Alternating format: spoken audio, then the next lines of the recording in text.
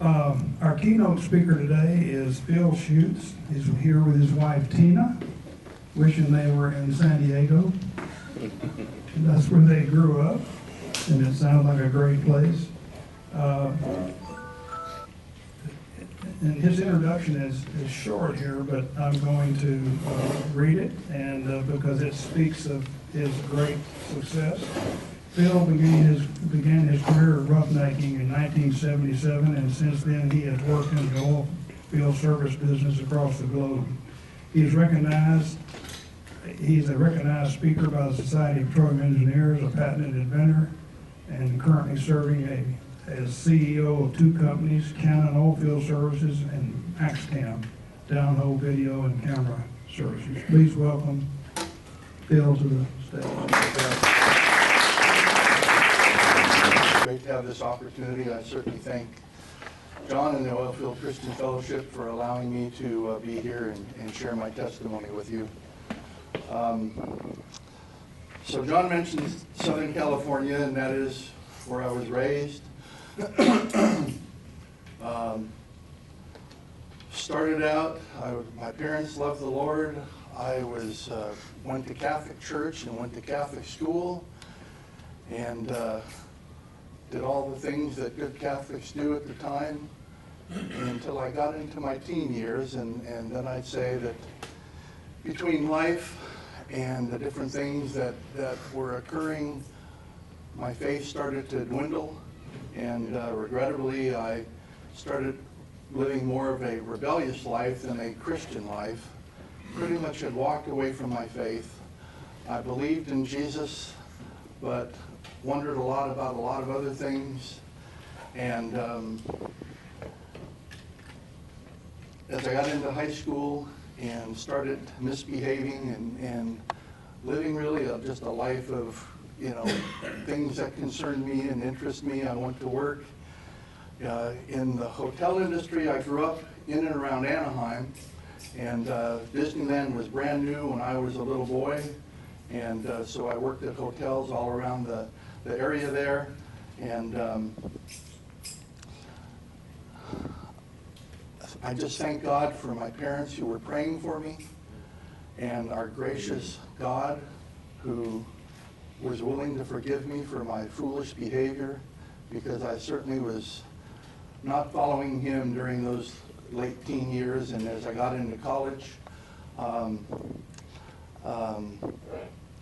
I was seriously off track. And interestingly enough, my mother got involved in a Bible teaching church, and I used to tease her relentlessly. I was in high school, and I'd come home, and she'd start preaching to me and preaching to my friends, and she'd have Christian television on all the time, and I was working at this time as a night auditor at a hotel, so I'd get off work and go to school, go to college, and then come home and try to sleep, and she'd be blaring that Christian television, and she was driving me crazy, and I remember just thinking, Mom, turn that stupid thing down.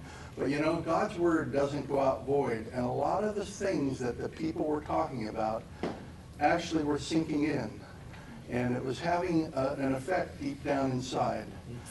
And the one hotel that I worked at, like I said, I was a night auditor, and there was a guy who worked for me at this hotel, and we were out of balance, and we were sitting in the back room. We could look out and see the lobby out there, and he's reading numbers off to me, or I'm reading numbers off to him, kind of going through the folios, and he stopped talking, and I looked at him, and he was like white like a sheet. And I said, Roger, what's going on? And he had dropped what he was doing, and he said, we're being robbed.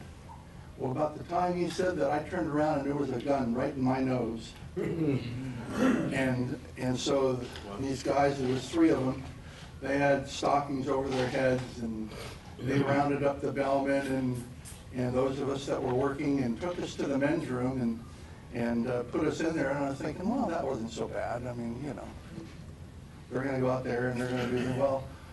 They come back to the men's room after a few minutes, and they point at me and you. And I'm thinking, must be another you. That certainly couldn't be talking to me.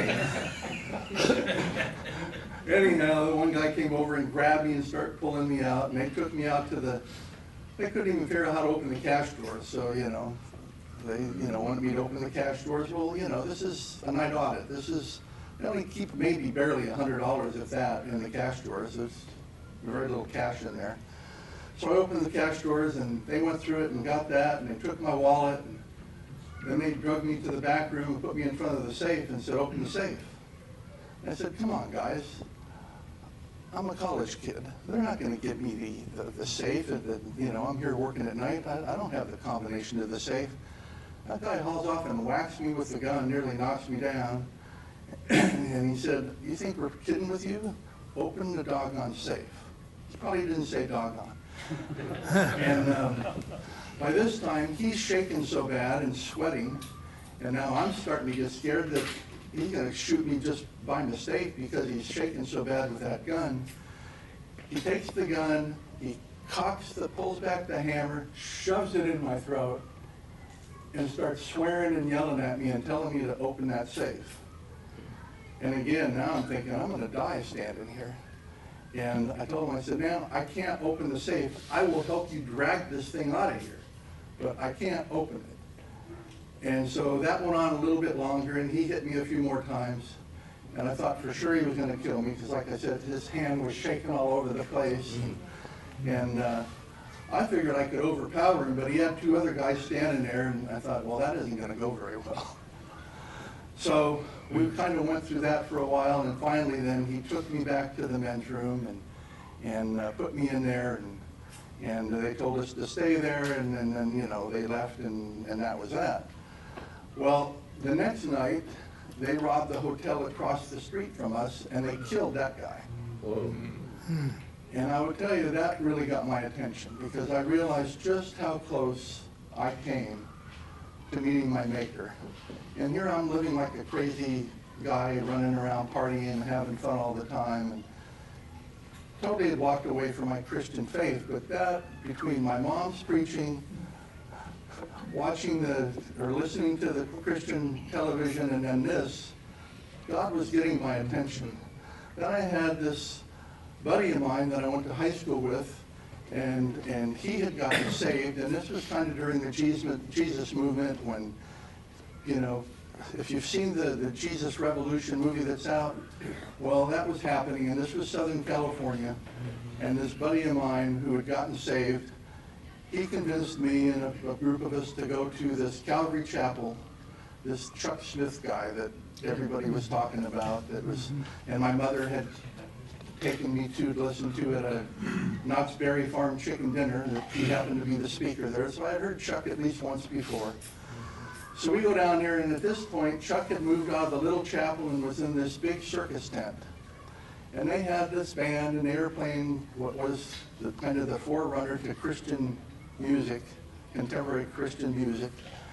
And it was interesting, and it was good, and then Chuck got up, and he started talking, and boy, he was such a gifted Bible teacher, and he was tying the Old Testament into the New Testament scriptures, and I have to admit that he almost got me. Not quite, but when he did his altar call, I was tempted. It was a battle going on in my head, but I knew that I should be going forward, but I didn't. Well, after that, I moved to Hawaii. A buddy of mine, we were both in college, and we were both night auditors at hotels, and we figured, oh, there's a lot of hotels in Hawaii, we'll go over there, and we can party like crazy people over there, and work at hotels there, and we'll get involved get enrolled in the university over there. Well, we did go there, and did a lot of what I thought was fun things back then. Never managed to get enrolled at the school. Lived there for a year, but during that time, when I got to Hawaii, I found a Bible in my bag that my mother kept putting in there, and I kept taking it out. Because when I get to Hawaii, there's this, it was the Living New Testament, and I just took it and put it on my bookshelf, and I get home from work one morning, I was doing a night audit at a hotel there, And I get home and my buddy is sitting there drinking a martini at 8 o'clock in the morning and reading my Bible. And I said to him, what on earth are you doing? And he said, I've read everything else we got. I figured I'd read that. Yeah, okay. So, he starts reading it, and I don't pay that much attention. Well, a day goes by, a week goes by, and he's continuing to read it, and I'm noticing that there's a change going on with this guy. He's kind of softening up. He's not chasing girls so much. He's not drinking as much. And so I asked him, I said, so what's going on with you? He said, I'm believing this. I think this is real. So when he got done with it, I got to thinking, how can I rule this out if I've never read the Bible? I was in Catholic school. I read the catechism. I used to hear the priest read out of the missal and read some of the Gospels and the Scriptures, but I've never really read this book. I've read all kinds of religious books, but I ought to at least read this book. So I did. I started in the book of Matthew. Like I said, it was the New Testament. And I have to admit, I was probably barely through Matthew before I was on my knees giving my life to Jesus. Amen. And that made the change in my life. And so when I moved back, not long after that, it was time to move home and go back to school and stop being stupid. Went back to Chuck Smith's church there in Costa Mesa, and by that time he had a nice big church. And went back to work at the Holiday Inn in Anaheim, which is right down the street from Disneyland, great big hotel. And there was a Grand Hotel and the Holiday Inn when I went back. I applied to work at both places, and they both offered me a job. And I thought, well, I had worked for the Holiday Inn in the past. I'll go back to work for them. It turns out that my lovely wife, Tina, who I didn't know then, she had also lived in Hawaii. It was kind of strange how God was kind of moving us. She applied to one university out of state and didn't go there. I applied to the same school she applied to out of state, and I decided not to go there. She goes to the Grand Hotel and the Holiday Inn and applies at both. They both offer her a job. She was a waitress, and she ended up going to work at the Holiday Inn where I was working. And of course, that's where I met my wonderful wife. And it just turned out, I'm doing the audit and she's working the morning shift in the coffee shop, and I never would eat in that coffee shop. It was like, no thank you. But then I seen her going in there, and I thought, I better go in there and have breakfast. And then interestingly enough, I told the guys that I worked with, I said, I'm going to ask her out. And really, at that point, I was finally just getting my spiritual life together. I wasn't really dating. I was going to Bible studies on Monday nights, Sunday nights, Thursday nights. I was really, more into that. But then all of a sudden, God brings the perfect woman that he had for me into my life. And I'm thinking, I'm not ready, really for that, but I'm going to ask her out. So next thing I know, I see her at church, and it turns out she's going to the same church I'm going to. I'd go to the afterglow after the Bible studies, and I'd look across the room there, and there's this pretty little gal that I seen at work. I thought, my gosh, well, I'm going to have to just get to know her.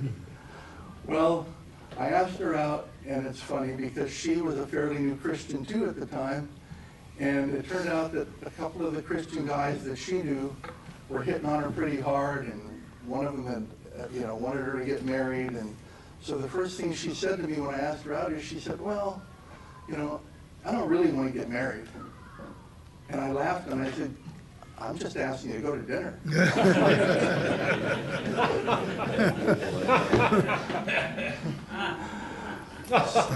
So we managed to go out and had a nice dinner, and actually we dated and really became good friends. And for about 6 months that was going great. I'm still going to church, and Tina's going to church, and our friendship is growing. And so I'm thinking, well, this is a friendship. Well, I asked some buddies to go to church with me one night to the Bible study, and there's 3 or 4 of us. And we go to the Bible study, and that went good. And then I said, there's a really good restaurant here And it was like, it was called Ham's Country Cooking, and they were kind of like a Marie Callender's kind of home cooking. And I said, you know, I got to take you to this place, you know, and so we go there, and my buddies and I are walking, and through the window I look in there, and there's Tina sitting with a guy. Well, that's when I realized this was more than a friendship, because I was so upset. And I thought, oh my gosh, I'm jealous. This is not just a friendship. There's something going on more here. I spun around and I told my buddies, we're not eating here. What do you mean we're not eating here? You've been talking about this place for 2 days. I said, sorry, we're not eating here. We're going to go down the street. There's a better place down the street. Well, things changed after that, and Tina and I became more serious. And about 6 months later, we were married. Now, I was still going to school, and I had gotten into this, the regional manager of the Holiday Inn had kind of recruited me, and he said, when you graduate from college, you're going to be in the Holiday Inn management training program. We're going to train you to be an innkeeper, and you know, we'll get placed. And so I had this great plan that my career. And I'm thinking, my gosh, I shouldn't get married, but oh heck, I'm 23 years old, I know everything, I can make this work. I'll still graduate from, you know, Tina's gonna work, I'm gonna work, and I'll still graduate, and you know, my plan we'll make this work. Well, we get married and everything's going great, and I come home from work one day and Tina says, I need to talk to you. And I said, well, what is it? And she said, I think I'm pregnant. I said, oh my gosh, no, you can't be pregnant. I know you're not pregnant. I said, and that definitely doesn't fit into my 5-year plan at all. And she said, well, I think we better get down to the doctors and find, well, guess what? 2 months after we were married, my wonderful little wife is pregnant.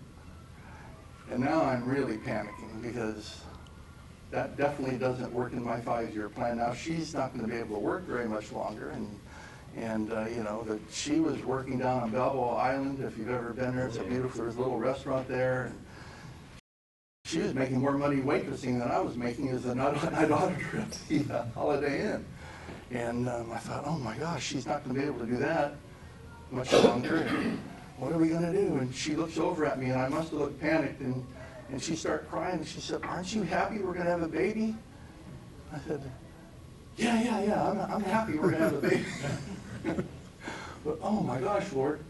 Well, anyhow, a buddy of mine's dad was a tool pusher, and had been telling me since the time I was in my early teens, why don't you come out there and roughneck with me this summer? And no, I don't want nothing to do with that roughnecking.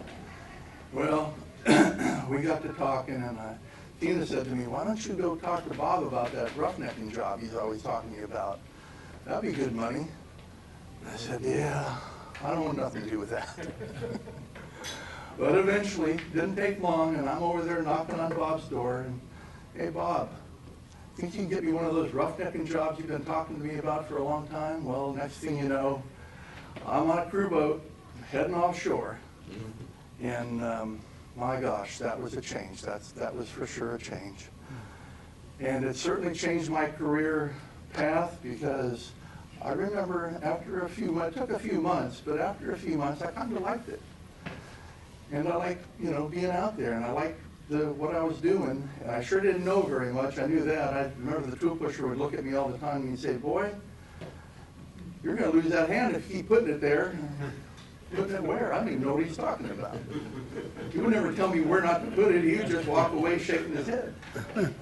Well, fortunately, I managed to survive all that, and did that for a couple of years. Ended up going to work for a directional drilling company, a company called Eastman Whipstock. So some of you older fellas might remember that company. At the time, it was the world's largest directional drilling and surveying company. I was hired on as a subsurface surveyor and ran gyro surveys and steering tools before the MWD days, and wireline trucks. And got into doing all that, and God continued to bless my career. It turned out that they offered me a job in management, which I turned down the first 2 or 3 times, because in those years you'd make better money working in the field than you would being in management. And finally one day I came home, and I don't remember what my daughter said, but little daughter Heather said something kind of like, you know, barely knew that I belonged there. And something about, you know, hey Daddy, are you gonna go and go back to work so you can get me whatever it was for Christmas? And she had the connection that, you know, Daddy made more money when he was gone, and she wanted this Christmas present. And so Tina and I talked, and we agreed that I should take that management job that they had been offering me. And so I did, and then I went to directional school, and you know, my career kept blossoming and getting, you know, God was just blessing me. It turned out that there was this technology called a rate gyro, and there was a guy, an inventor and a scientist who worked for Northrop and Honeywell, and he decided that these gyros that they were using in the missiles that they were sending up into the sky, that they should use those in the oil business. And so he got together with the president of Eastman Whipstock, and collaboratively they signed agreements, and so there was a development effort, and they built this tool. Well, there was no better place for such a tool in Southern California, because places like the Thumbs Islands, where they had hundreds of wells on each island, these wells had 5-foot centers, and all of them went down and directionally drilled. Mostly went out, but some went under the city. But they needed good, accurate surveys. They were having a hard time. They were starting actually to run into other wells with existing wells. The surveys were a mess. Of course, they would run magnetic surveys while they were drilling the wells, and then follow up with a magnetic multi-shot to back up. And so they had surveys, but they just weren't that accurate. They were for that day, but when they start hitting other wells, they realize something's not right with this. Well, this rate gyro system was coming along, and I learned a lot about it, and it turned out that Mr. Van Steenwyck lived in Southern California. All these wells were there. The development project was pretty much out there. So they handed that over to me and made me the product champion of this new technology. And so I was real excited about it. We went out and ran one for the guys at the Thumbs Island, and I remember the first time they called me over, and the head of engineering, a guy named Mark Webster, a great fellow, good Christian man, he calls me over and he said, this is the plot, and here are our magnetic surveys, and they're all over here, and that's your gyro survey, and it's like 700 feet away from the bottom hole location of all their other surveys. And he drew a little, he didn't, but one of the younger guys drew a little palm tree there, and it said, next stop, Hawaii. And he said, I don't know what's wrong with that gyro tool you got, but it doesn't work, because that definitely cannot be right. I said, well, Mark, I'm pretty sure it is. This thing really works, and it's accurate. It senses the Earth's rate of rotation, and we plug it in the longitude and latitude, and every time you tell it to survey, it's calculating where it is on the planet. So I'm pretty sure. Well, no.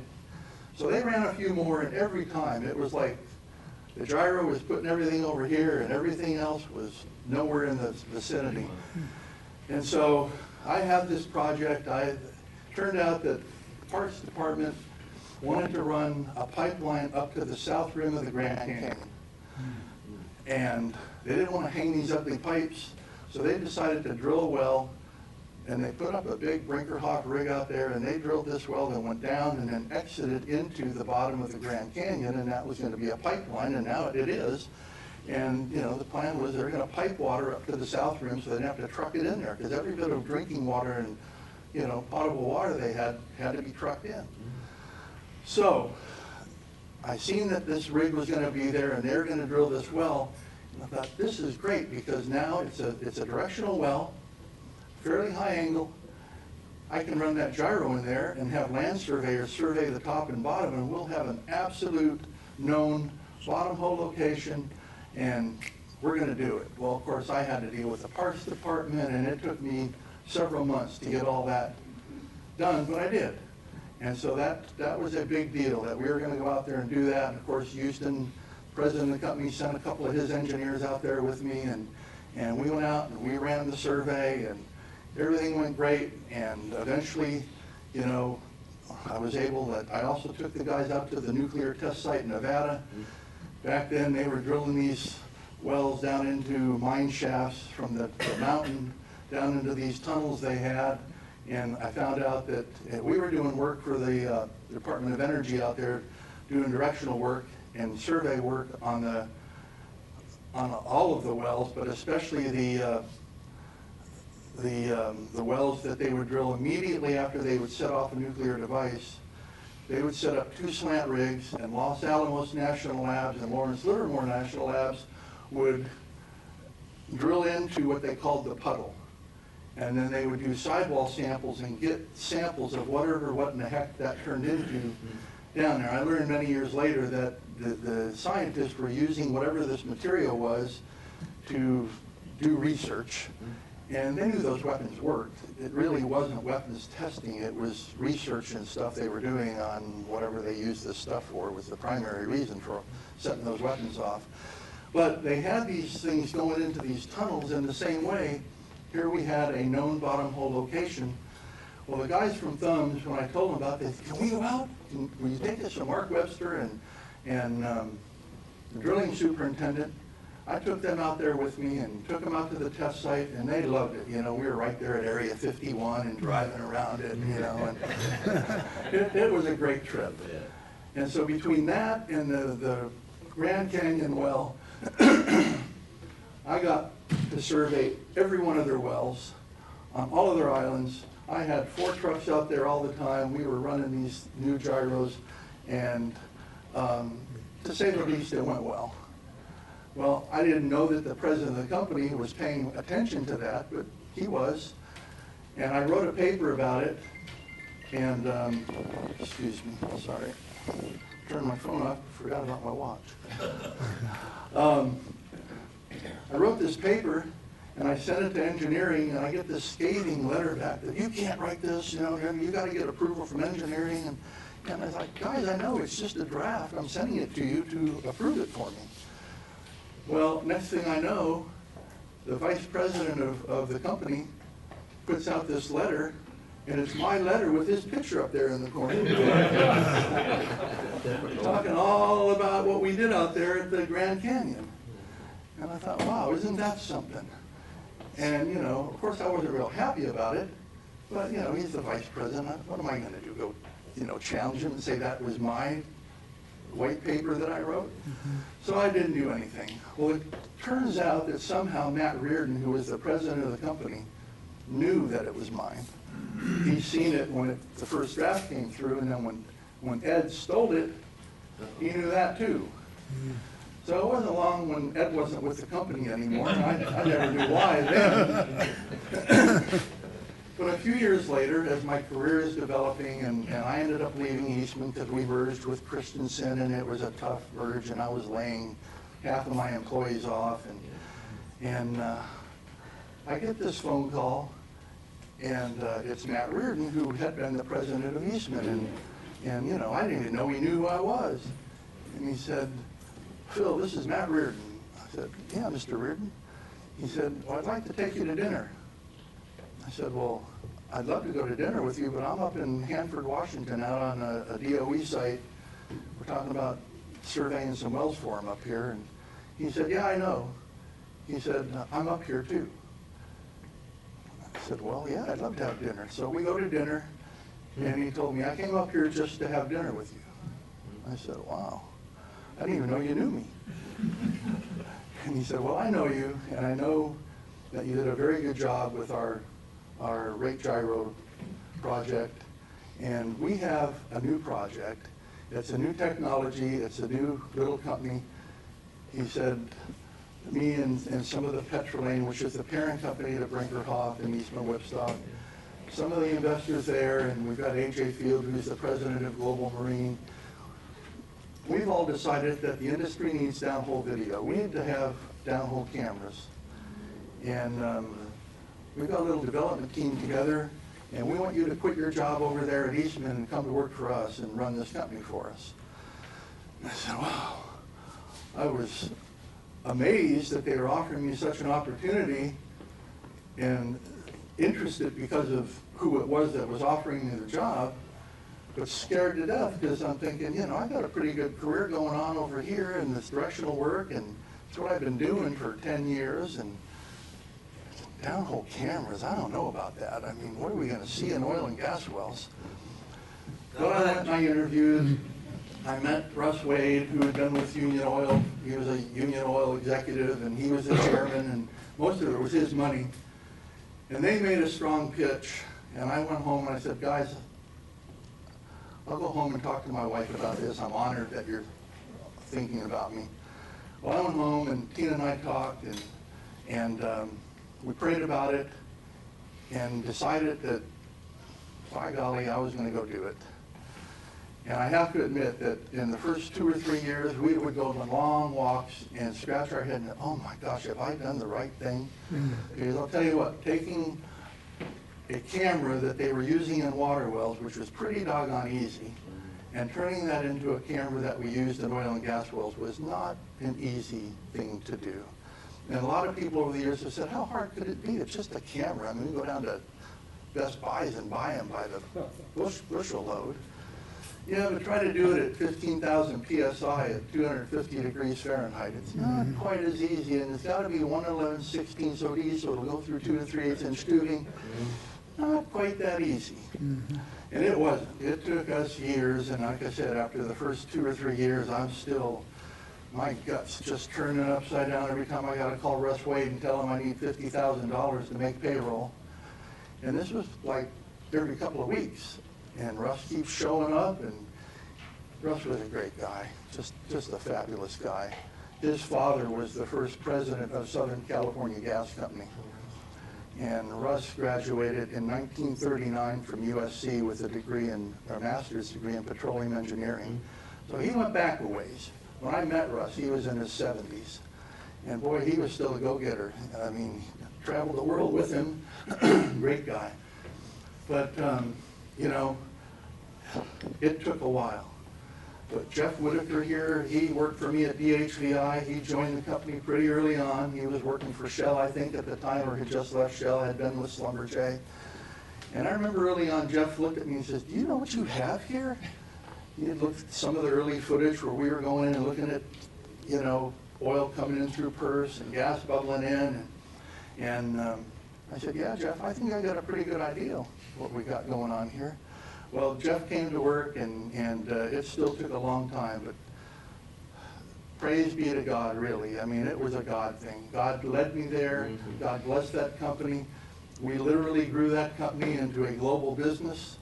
I actually signed deals early on with Otis Engineering, which was a Halliburton company at the time. They were the right size company, but then when Otis was rolled into Halliburton, that was not the right size company. And we just couldn't, every 6 months I'd get a call from a new Halliburton vice president. And he'd introduce himself, Phil, this is so-and-so with Halliburton, and I'm the new vice president over Downhole Video Services. And you know, we would try, and finally I had to go to Halliburton. And I said, guys, this isn't working. I need to negotiate my way out of this deal. I need the rights to run these tools and grow this business, because you guys, you got all these systems and they're sitting in warehouses. You guys aren't running them. And it's killing us. Well, you know, fortunately, the guy that was the vice president at that time was a great fellow, honest guy. And I said, you owe us about $200,000 in past royalties. You got this and that. And I had my CFO with me, and he said, Cliff, why don't you go into our accounting group tomorrow? Phil, you get together with this fellow over here. You guys negotiate the sale of all that equipment. Cliff, you go figure out with our people what we owe you. We'll get it all fixed up, and it might take a year or so, and it did. But we got our deal taken care of. We got our rights back to compete with Halliburton. We went on, and we were out of money. I mean, we were out of money. We had like 30 days of funds left to make payroll, and Russ was done writing checks by that time. And I remember the guy at Halliburton said, well, how long do you have? And Cliff told him, you know, I mean, they could have skinned us if they wanted to. Thank God they were good, honest people. And Cliff said, we got 30 days. And they said, okay, we'll have some money for you within 30 days. In 30 days, I had $900,000 sitting in my bank.